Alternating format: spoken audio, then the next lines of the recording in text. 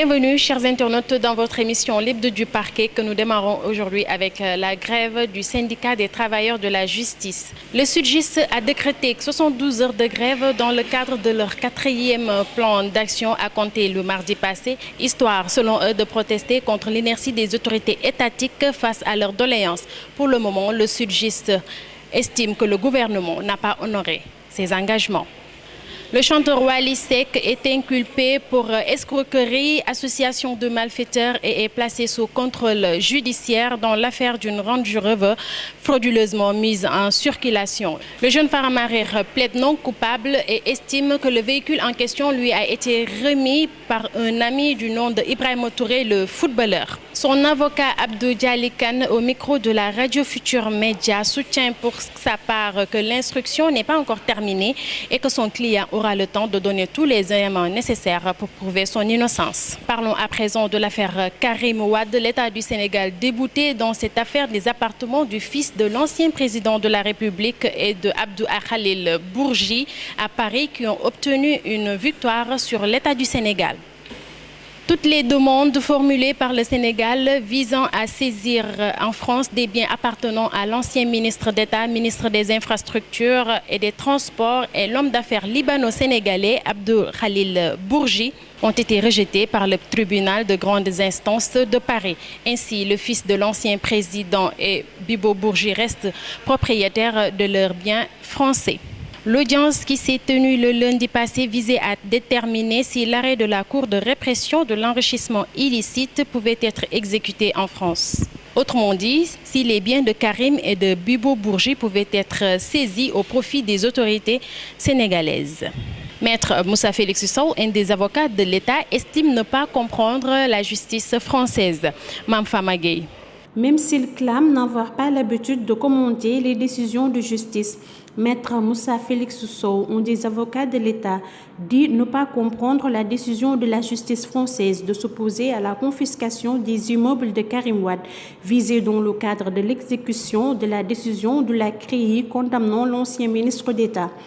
Il semblerait que le tribunal a dit qu'il n'y a pas lieu de donner une suite à cette affaire parce que le délit d'enrichissement illicite n'existe pas en France, pose l'ancien bâtonnier, qui déclare ne pas comprendre que cet argument puisse être avancé dans un pays qui a adhéré à la convention de Mélida.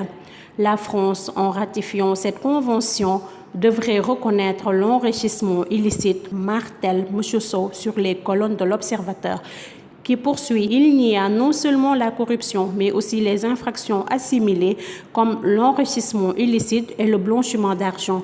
Lorsqu'un État ratifie une convention, cela s'impose à la primauté du droit interne. Elle devait accepter l'exécution de la décision sur son territoire. Il faudra qu'on m'explique l'impact de la convention de Mélida sur le droit interne français. Mutinerie de Rebeuss. Après la directrice de la prison, les blessés aussi sont convoqués à la division des investigations criminelles. La directrice de la maison d'arrêt et de correction MAC de Rebeuss, Agnès Diogoy, était à la division des investigations criminelles le 26 septembre 2016 dans le cadre de l'enquête sur la mutinerie qui a secoué la prison placée sous sa responsabilité.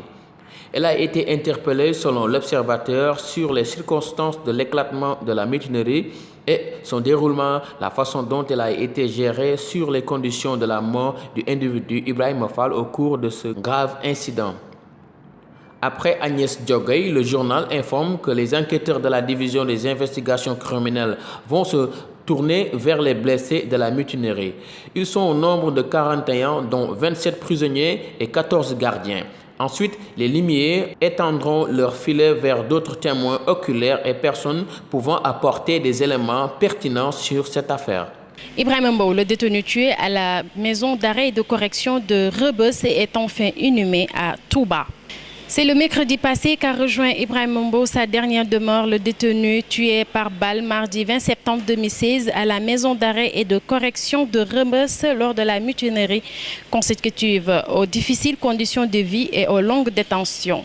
Selon l'Observateur, la famille du défunt a été reçue par la division des investigations criminelles et le parquet de la République, qui ont respectivement tenté de la rassurer quant à leur décision de ne ménager aucun effort pour tirer cette affaire au clair.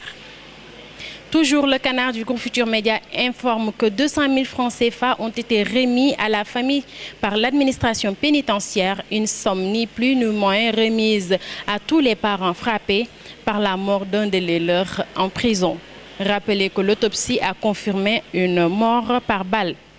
Place maintenant à une affaire de séquestration et de viol. L'animatrice de la Sen TV, Penda Guissé, plus connue sous le nom de Yama, et son présumé violeur seront devant le juge mercredi prochain. Leur différend sera tranché au niveau du tribunal des flagrants délits. Selon Libération, Yama assure que son présumé bourreau l'a traqué et aurait tenté d'abuser d'elle.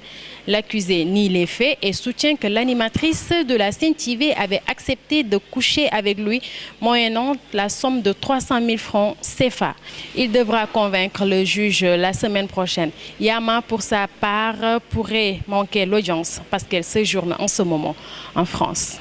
3600 cas de viol recensés au Sénégal en 2016. Selon les statistiques de l'Association des femmes juristes du Sénégal, le pays de la Teranga a enregistré en 2016 3600 cas de viol. En 6 mois, de janvier en juin, 1776 cas, dont 516 d'inceste, ont été recensés.